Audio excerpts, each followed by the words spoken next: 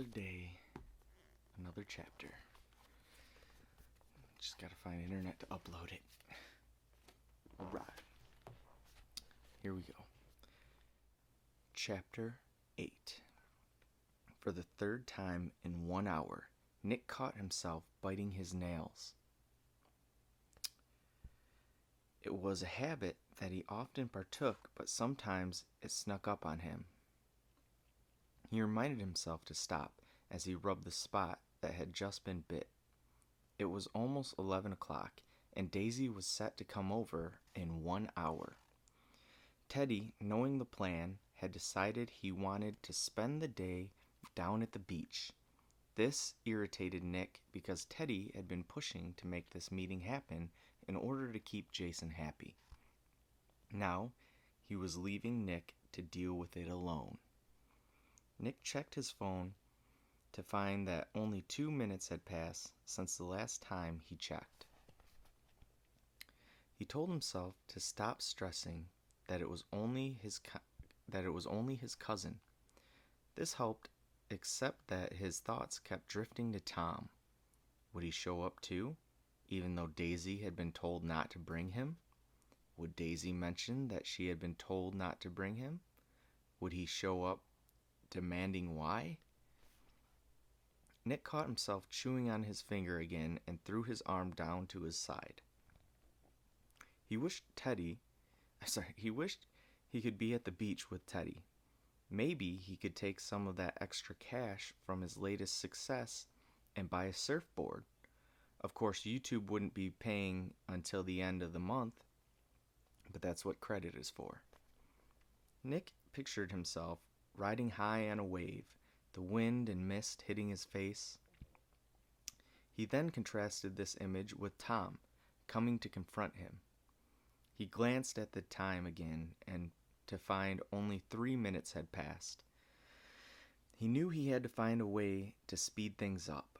If not, he could end up sitting there for all of eternity, chewing his fingers down to the bone.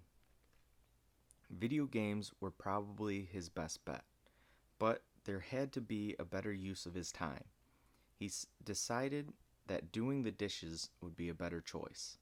That way he could improve the cleanliness of the house for his soon-to-arrive guests. At the same time, he distracted himself.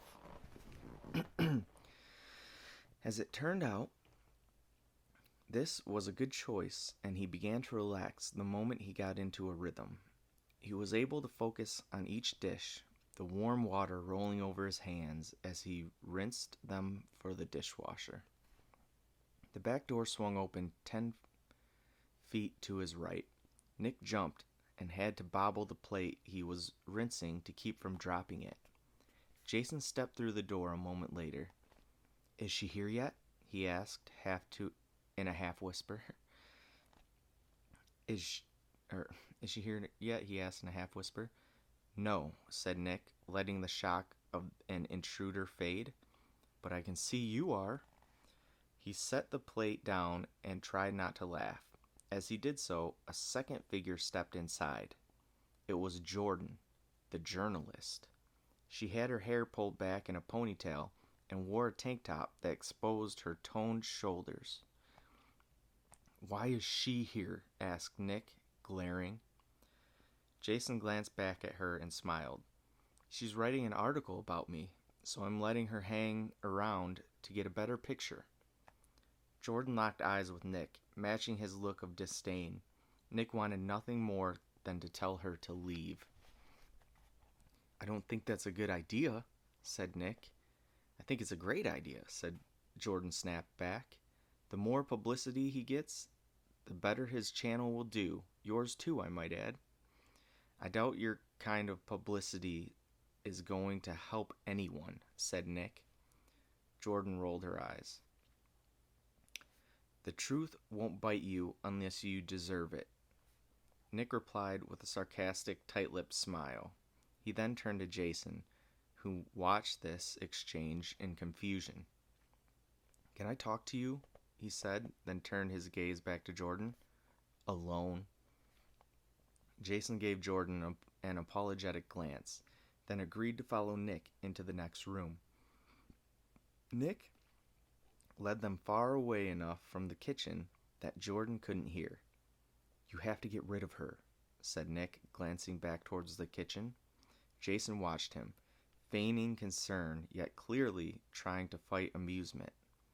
"Now why would I do that?" "She'll ruin you." "Because of one article?" "No, I don't believe that."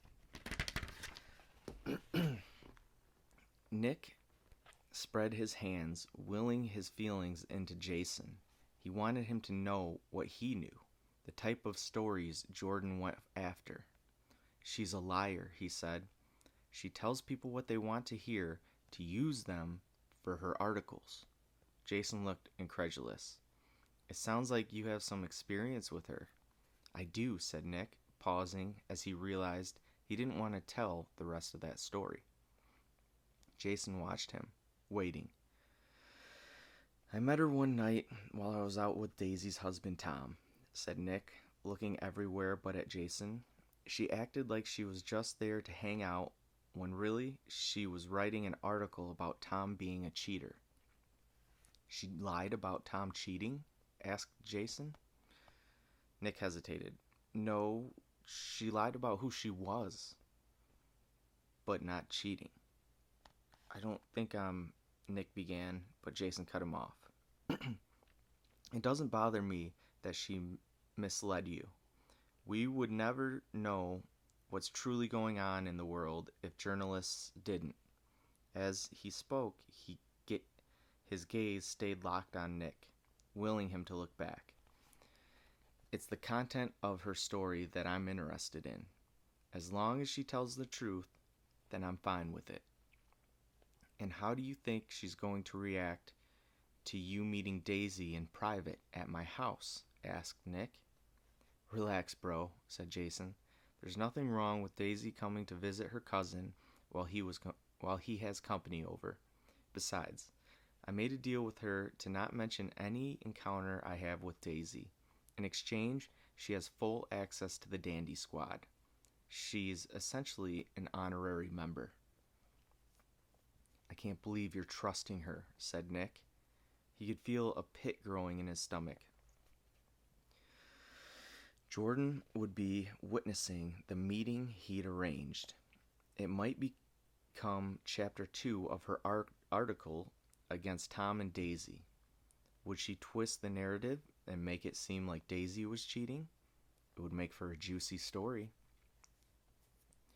Nick had to push the image of Tom's rage from his mind, rubbing his neck absent-mindedly as he did.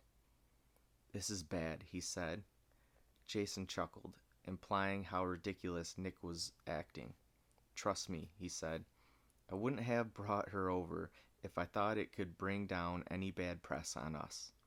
That's not to mention the fact that I'm only here as a fan, nothing more." Nick realized he was clenching his jaw and forced himself to relax. "I still don't like it," he said, glancing towards the front door as Daisy might burst through at any moment. "Are you boys done talking about me yet?" Jordan called. "As fascinating as this kitchen is, I'd rather not stand here all day." "You're clear," said Jason. "No," Nick cut in. "Give us a second." And then to Jason, in a hushed tone, "Please don't let her be here for this." Jason put his hand on Nick's shoulder, revealing that ever-reassuring smile. "She's already here. It's gonna be fine." Nick caught himself clenching his jaw again and slipped his tongue in between his teeth to prevent any more slip-ups. "Okay, you're good now," Jason called to the other room.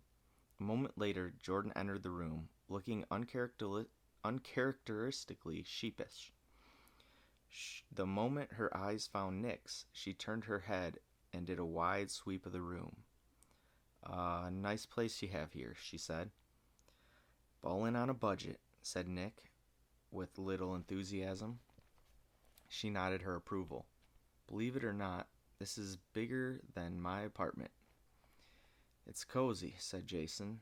though I don't think it'll be long before Nick can afford something a little more opulent. This made Nick consider his YouTube channel and all of the new success he was generating. Jason had done a lot for him. It was the reason he allowed this whole situation with Daisy. He knew he had to cling to that success, to understand that it wasn't free and that this meeting was its price. He had to remember that it could all go away at any moment. I think I'll stay here a while longer, he said, glancing around. It's a safe bet. Think of the optics, said Jason. Even your house can be used to grow your channel. People tune in to see lifestyles they can only imagine, not regular monotony. Nick could understand what he was saying, but also knew that it would mean overextending. And if I fail anyway, it would be a spectacular crash. And then don't fail. There's always a chance, Jason, said Nick. And if that happens, I'd really like to have something left over. Otherwise, it's all for nothing. You won't fail, said Jason, looking agitated. When the entire world knows who you are, it's impossible. Let's hope, Jordan added. Nick heard the sound of a car pulling into the driveway and glanced out the window to see Daisy's white Tesla parking. He thought of Jordan, saw her standing there, and realized there was no longer any time to get her out of the house. He could kick her out, use the fact that it was his house to go against Jason.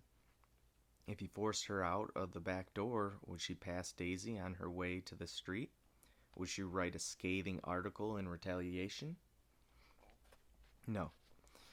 He wouldn't go against Jason. He had to admit that it wasn't in his nature. The scene was going to play out before him, and there was nothing he could do but watch.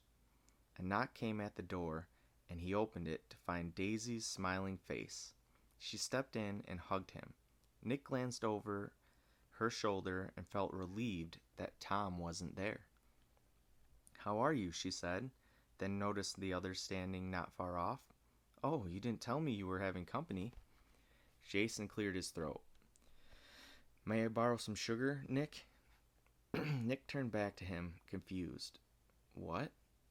That's why I came over here, bro. To borrow some sugar. I'm out. Nick looked to Jordan, who just shrugged.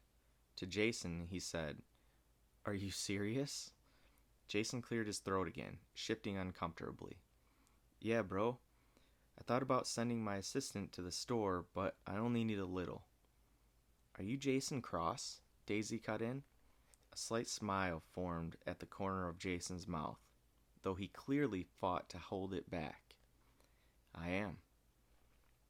So you're the new sensation everyone keeps talking about, Daisy said. You've had videos on the trending list every week for almost 3 months. I've had 14 trending videos in a row, 5 in the #1 spot, said Jason. Nick saw that his own surprise reflected in Daisy. How fast had he gotten so many subscribers? He's caused quite a stir, said Jordan. Yeah, Daisy agreed. I've watched a few. They're quite entertaining. I meant to ask my cousin how he ended up in your video with the pool. She paused. I don't suppose he's trading sugar for video time. We're neighbors, said Nick, as though this would answer any question. Yes, Jason added. When Nick moved in next door, I thought it only right to have him come hang out. Daisy shot Nick a glance. Well, wasn't that lucky? Jason's pretty generous, said Jordan. I've noticed he likes to help smaller channels whenever he can. Daisy seemed to notice her for the first time, looking her up and down as though she looked familiar. Nick had to wonder if Jordan's picture was next to the article about Tom cheating. Are you his girlfriend? Asked Daisy. Jordan's eyes went wide. Girlfriend? No, Jason cut in. She's just a friend. To be honest, I haven't found anyone around here who can pique my interest." "That's too bad," said Daisy. Nick noticed Jordan rocking uncomfortably on her heels. When she caught Nick looking, she gestured back towards the kitchen. "You don't mind if I grab some sugar now, do you?" she asked. Nick eyed her suspiciously. "Why not?" "We'll be right back," he said to both Jason and Daisy. The pair gave him their consent whilst keeping most of their attention on each other.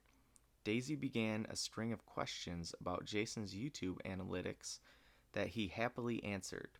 Some of the questions Nick felt curious to hear himself. He strained to listen as their voices faded the farther away he got. Finally, he turned the corner into the kitchen and could no longer hear them at all. "What's the deal with you guys and sugar?" he asked the moment Jordan stepped in behind him. Jordan shrugged. "I don't know. That was Jason's thing. I'm just rolling with it." That begged the next question. "Then why are we in the kitchen?" "Because I want to talk to you about your cousin's husband, Tom," said Jordan. Nick felt his pulse quicken. "I knew you were here to report on Daisy visiting Jason." "What?" asked Jordan, taking a step away from him. "I am not." "Oh, you're just here to hang out?" said Nick. "I'm doing a report on Jason at his request," she retorted. "Are you always this conceited?" "Only with people I catch lying to my face." Jordan's jaw tightened as she stared vehemently at Nick. Nick felt an urge to sink away, clinging to his anger to find the will to hold his ground. "I was doing my job," she hissed. Nick snorted. "So were the Nazis." Jordan closed her eyes and took a deep breath, visibly trying to relax. "Listen," she said in a slightly less yet still angry tone. "I brought you in here because I'm trying to apologize." Her sudden shift in attitude threw Nick off his guard. His knee-jerk reaction was to apologize back. Instead, he continued to latch onto his anger. She had to be throwing a curveball, trying to get him to open up again. "I did lie to you," she went on. "I didn't know who you or your friends were, so I pretended to be someone I wasn't to get into your group. I wanted the scoop on Tom so bad that I let it blind me to my actions, and I'm sorry." Nick eyed her suspiciously, unsure of what he should do. She admitted everything and seemed sincere about it. She even looked vulnerable. "Good," he said, and winced at his own words. "I mean, yeah, it's cool." Jordan looked only slightly relieved. "Friends?" Nick found his suspicions were still just as strong, though he didn't feel better. "Acquaintances," he replied with a wink. They stood there for a moment, the silence between them growing as neither spoke. Nick wondered if he could ever trust her, or if he'd always have to guard himself in her presence. He supposed the article about Jason, more specifically his meeting with Daisy, would tell everything he needed to know. Both their heads turned as they heard Daisy's laughter coming from the other room. "I think we should go check on our other guests," said Jordan, leaning to inquire around the corner. "Agreed," said Nick. He hoped Daisy wouldn't be upset that he'd invited her over only to leave her alone with a stranger. When Nick and Jordan came out from the kitchen, they found Daisy with her head down, hand flat on Jason's chest, as they both laughed at some unheard joke.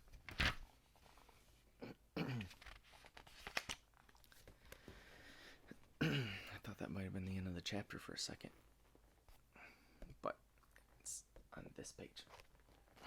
Alright, seeing Nick, Daisy wiped a tear from her eye and stood up straight.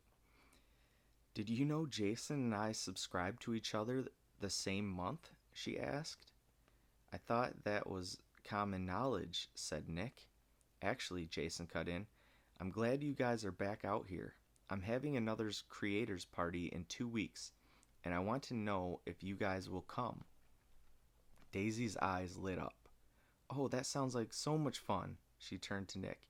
Do you want to go? Nick glanced at the expectant faces of both her and Jason, feeling suspicious of their over-enthusiasm. Both seemed to be pleading with him, willing his approval. It was Jordan who broke the tension. I'll be there. Perfect, said Jason, though his concentration never left Nick. Daisy glanced at Jordan for only a second before turning back. Nick? She pleaded. What could it hurt, thought Nick. Sure, I'm in. This is so exciting, Daisy exclaimed. It's been a while since I've done a collaboration like this. I'm looking forward to it as well, said Jason. Nick realized they hadn't grabbed any sugar when they were in the kitchen. He wondered at the importance of maintaining the ruse. If Daisy noticed, she didn't let on. Jason and Jordan lingered for another hour. The conversation only veered away from YouTube for short periods to brush on trivial things like the surrounding neighborhoods or the weather. Jason and Daisy talked adamantly, while Nick shot Jordan concerned glances. He still felt stressed at her presence, though he acclimated to the environment as their conversation went on. By the time everyone left, after Daisy had been given her short tour of the house, Nick felt quite exhausted. He fell on the couch, letting his head lay so he stared up at the ceiling. Within minutes, Teddy came bursting through the door. Dude, you missed it. The beach was awesome today, he said. How did the meeting go? Nick didn't answer.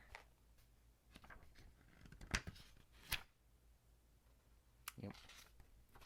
Oh, the pages are stuck together. I'm like, what's going on? Haha. Confusion. That was chapter 8. What do you guys think? What's gonna happen? What's going on? Find out next time on The Great Influencer.